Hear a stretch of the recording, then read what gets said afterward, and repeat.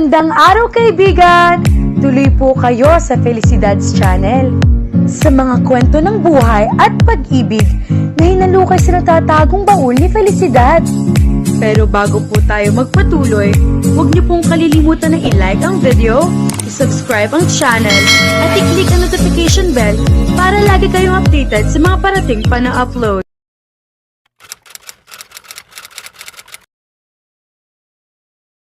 Masaya si Arya sa trabaho niya bilang modelo, pero mas masasabing nahanap niya ang satisfaction at contentment sa bagong trabaho.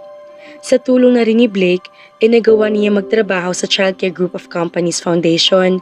Isa siya sa mga tauhan ng foundation. Sa loob din ng isang buwan, ay marami na silang napuntahan na iba't ibang orphanage. Marami siya nakilalang bata at napasaya. Hindi lang basta nagtatrabaho si Arya, pakiramdam niya ay tumutulong din siya. Naging maayos ang nakaraang buwan para sa kanya.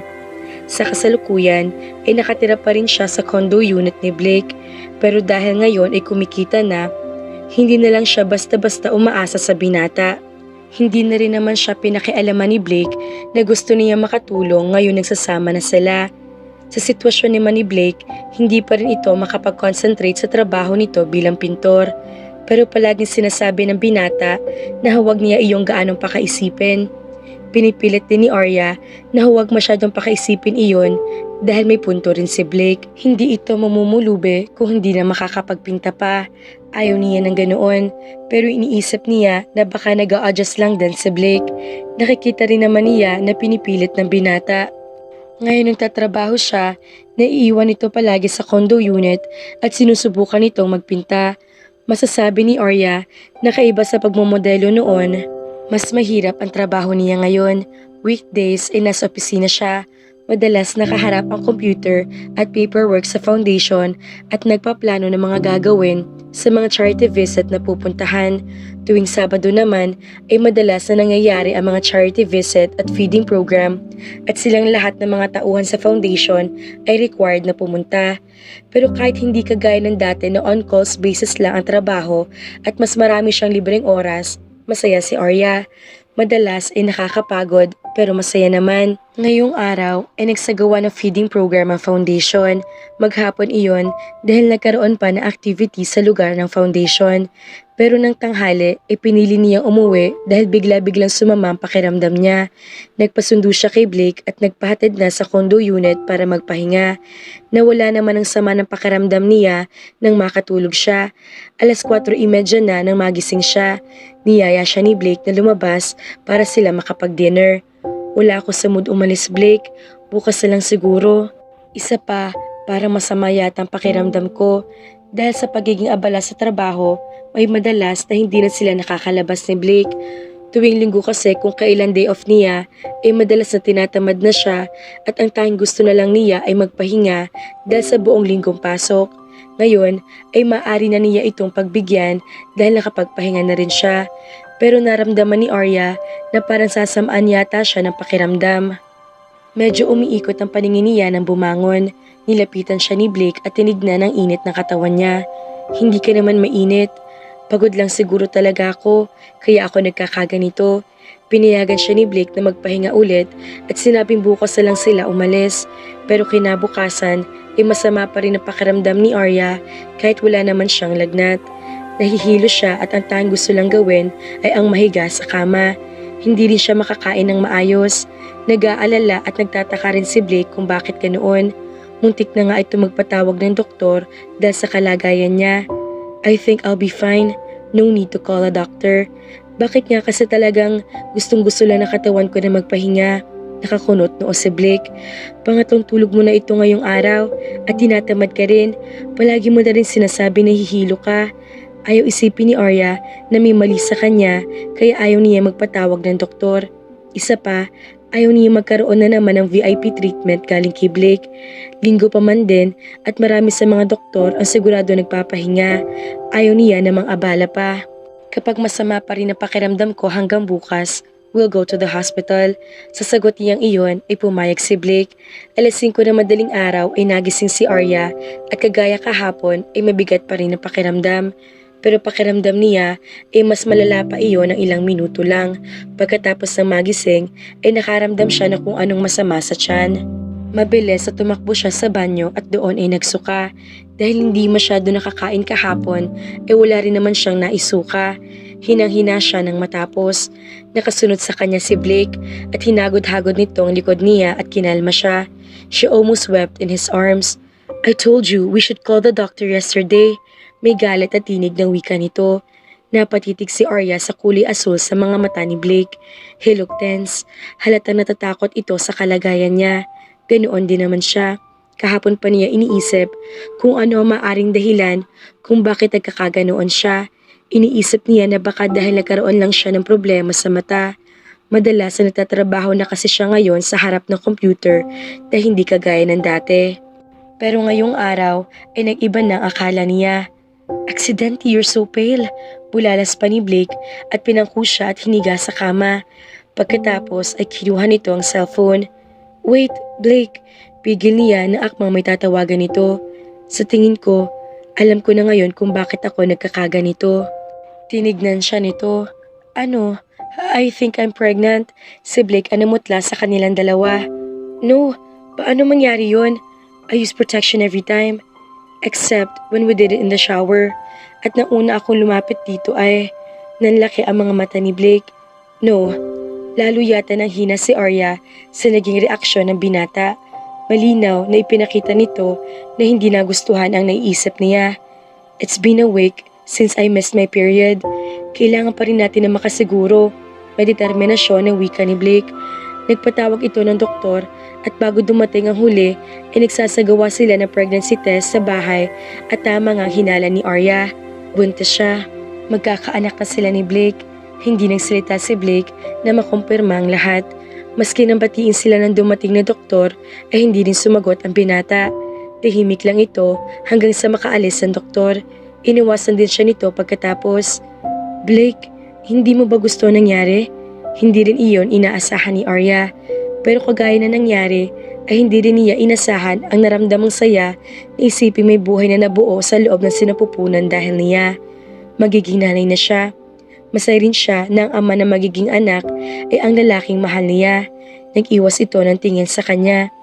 "Hindi natin plinano ito, Arya. Hindi ko inaasahan." "Of course, you should expect me to be shocked. And to be honest with you, I don't like it. Pero nandyan na yan. Wala na tayong magagawa." "Tama ka. Bakit naman ayaw mo? Ilang beses na rin sinasabi ng mga kaibigan mo na hindi na tayo bumabata at ayaw ko magpa-pressure sa mga kaibigan ko.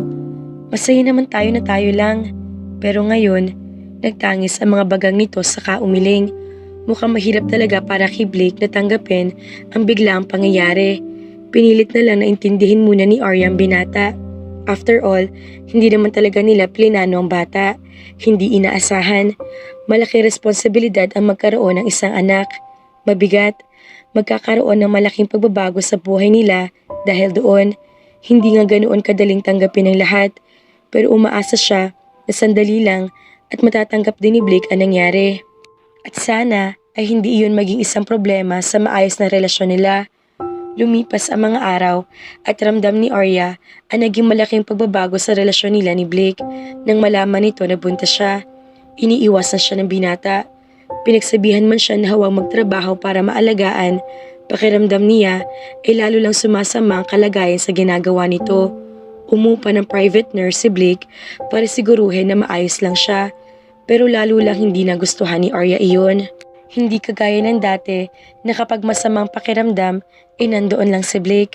Sinira nito ang pangako na aalagaan siya. Araw-araw kasi itong umaalis at palaging sinasabi na may kailangang asikasuhin para lang hindi siya makita. Kapag bumabalik na condo unit ay malalim ng gabi at minsan na hinihintay na niya ito ay tinulugan naman siya ng sinubukang kausapin. Ang sama-sama tuloy ng loob niya kay Blake. Ganoon pa man, pinipilit niya intindihin ng binata. Hindi pa handa si Blake. Hindi ito kagaya niya at ng iba pang kaibigan nito na ngayon ay unti-unti nang gumagawa ng sariling pamilya.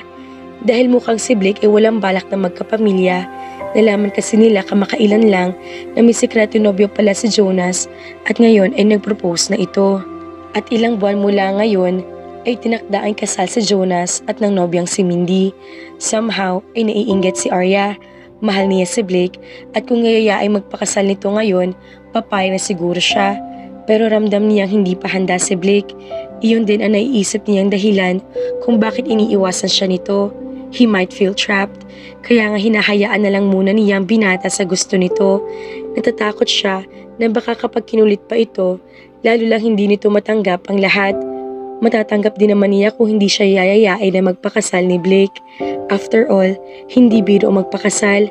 Magkakaanak man sila, pero hindi yun ang rason para magpakasal talaga. Ang mahalaga lang muna sa ngayon ay ang matanggap ni Blake ang nangyari. Ang matanggap nito na magkakaroon na sila ng anak na kagaya niya ay matututunan din itong mahalin ng anak kahit hindi iyon pililano. Sa ikalimang araw na pag-iwas sa kanya ni Blake ay napagpasyahan ni Arya na bisitahin si Nanay Nelly.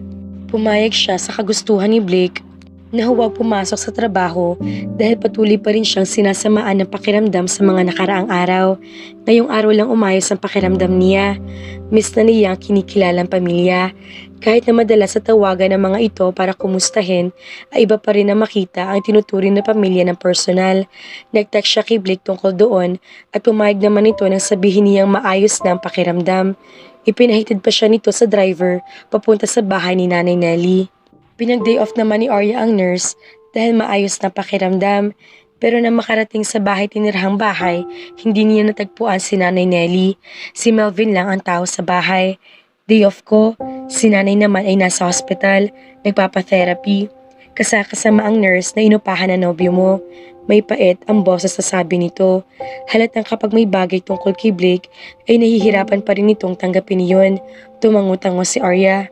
Kumusta ka na, Melvin? Pagak na tumawa si Melvin. Alam mo na hindi ako okay, Arya. Napalunok siya. Nakakausap niya ito pero madalas sa sandali lang iyon. Iniiwasan din siya at nararamdaman niya kung bakit. Galit ito sa kanya. Hindi ko gustong saktan ka. Mahal mo talaga siya, di ba? Kaya ka sumama sa kanya ay dahil mahal mo siya. Hindi dahil sa binabayaran lang niya kuno ang pagpapagamot kay nanay. Napayo ko si Arya. Nagulo ako na magtapat ka sa akin, Melvin. Hindi ako handa. Alam ko masasaktan ka kapag inamin ko sa iyo agad ang totoo. Kaya pinatagal mo pa. Nasaktan din ako, Arya. Niloko mo pa ako. Puno ng pait ang boses nito. Melvin, alam ko na malaking pinagkaiba namin ng lalaking iyon. Mayaman siya. Sikat. Pero ako, matagal mo na akong kilala. Kayo nagkakilala at niloko ka pa niya. Samantalang ako, pinoprotektahan ka halos buong buhay mo. Kaibigan mo ko mula bata ka pa lang. Nang iwan ka ng nanay mo, bukas ang kamay na tinanggap kita. Pero nagawa mo pa rin sa akin to. Mahal din naman kita, Melvin. Pero bilang kaibigan lang. Bilang kapatid, God knows kung gaano ako nagpapasalamat sa inyo ni nanay. Pero hindi kita kayang lokohin kung ikaw ang pipiliin ko kaysa sa kanya. Espesyal ang nararamdaman ko kay Blake. Kahit noong hindi ko pa alam na mayaman siya, nararamdaman ko na iyon. Mahal ko siya. Mahal na mahal. Tila may apoy na lumabas sa mga mata ni Melvin. Tama na. Ayokong tanggapin. Hindi ko kayang tanggapin. Kailangan mo, Melvin. Nagsasama na kami ngayon. Alam mo yun? At magkakaanak na kami. Namutla si Melvin sa pag-amin niya. Ano? Buntis ako, Melvin. Isa iyon sa mga dahilan kung bakit ko ginustong pumunta rito. Gusto kong sabihin kay nanay na personal sa inyo. Sa gulat ni Arya ay sinampal siya ni Melvin. Nanlaki ang mga mata niya. Iyon ang unang beses na sinaktan siya nito. Bakit? Nagpabuntis ka sa lalaking iyon? Hindi pa kayo kasal? Ano ba talagang gusto mo mangyari sa buhay mo, ha? Ano sa tingin mong ginagawa mo? Nakipag-live-in ka? Pagkatapos kong ingatan ka? Ganitong gagawin mo sa buhay mo? Liberated? Para ka na rin ang nanay mo. Bago pa man maituloy ni Melvin ang sasabihin, ay may isang kamay na tumulak dito. Nang lingunin iyon ni Arya, nakita niya si Blake. Kung paano ito nakarating doon, ay hindi siya sigurado. Mag-ingat-ingat ka sa mga salita mo. Simple, pero may pagbabanta sa wika ni Blake. Pero hindi tumigil si Melvin. Totoo naman na. Para na rin siyang nanay niya. Pumayag siyang ibahay mo kahit hindi pa naman kayo kasal. Oo, nagsisimula na magbago ang kultura ng Pilipinas. Pero hindi ibig sabihin nun, dapat nakikisabay na rin si Arya. Pinalaki siya ni nanay ng desente. Pinotektahan namin siya. Iningatan. At ngayon ay buntis siya. Nagsama pa kayo kahit hindi naman kayo kasal. Labag sa batas ng simbahan ang ginawa niya. Ninyo, parang masamang babae na rin si Arya nang dahil doon.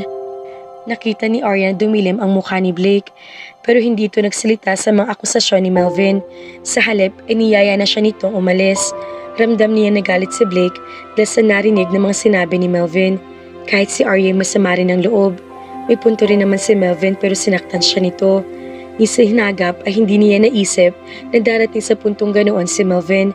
Buong buhay niya ay pulos kabaitan lang ipinakita nito sa kanya. Dahil lang ngayong alam na niya na hindi siya makukuha at hindi masusuklian ang nararamdaman nito, nagawa iyon ng kaibigan sa kanya. Niyakap siya ni Blake nang pakarating sila sa kotse. Ang sasakyan na ginamit nila ay ang sasakyan na ginamit niya kanina. Halos ipitin na ni Arya ang sarili sa yakap nito. Ngayon na lang sila nagkalapit ng ganoon. Namiss niyang yakap ng binata. Sinundan mo ko. Nalaman ko na pinag-day off mo pa lang nurse mo. Natakot ako na baka may mangyaring hindi maganda sa'yo nang wala kang kasama kaya sumunod ako. And I'm glad I did. Tiningnan siya ni Blake at nagdilim ang muka ng titigan ng pisngi niya. Hinawakan nito iyon. Did he hurt you? Bumuntong hininga si Arya. Pagkatapos ay tumango. Hindi ko inaasahan. Iyon ang unang beses at hindi ko hahayaang maulit-ulit ito, Arya. Hindi ka niya dapat sinaktan. Mataas ang tono ng wika ni Blake. At ganoon rin naman sa akin, Blake. Sinaktan mo rin ako sa ibang paraan. Gustong-gustong sabihin ni Arya pero pinigilan niya ang sarili. Napatungo na lang siya. Lalo pa na hinigpitan ni Blake ang pagkakayakap nito sa kanya. Maya-maya ay nagutos ito sa driver. Drop us off at the nearest jewelry shop in the area. Bahagyang kumala sa yakap ni Blake si Arya. Jewelry shop? Anong gagawin mo roon? We will buy a ring. We will get married. Pero bakit ganoon? Mga kafelisidad. Kahit pakakasalan na ni Blake si Arya, parang may kulang. Pakakasalan lang ba para hindi matawag na mababang uri ng babae si Arya? Sana, kaya pakakasalan dahil mahal na mahal niya si Arya. Sana, maging masaya si Blake sa pagbubuntis ni Arya. Magbago pa kaya ang pananaw ni Blake tungkol sa pagbubuntis ni Arya? Abangan!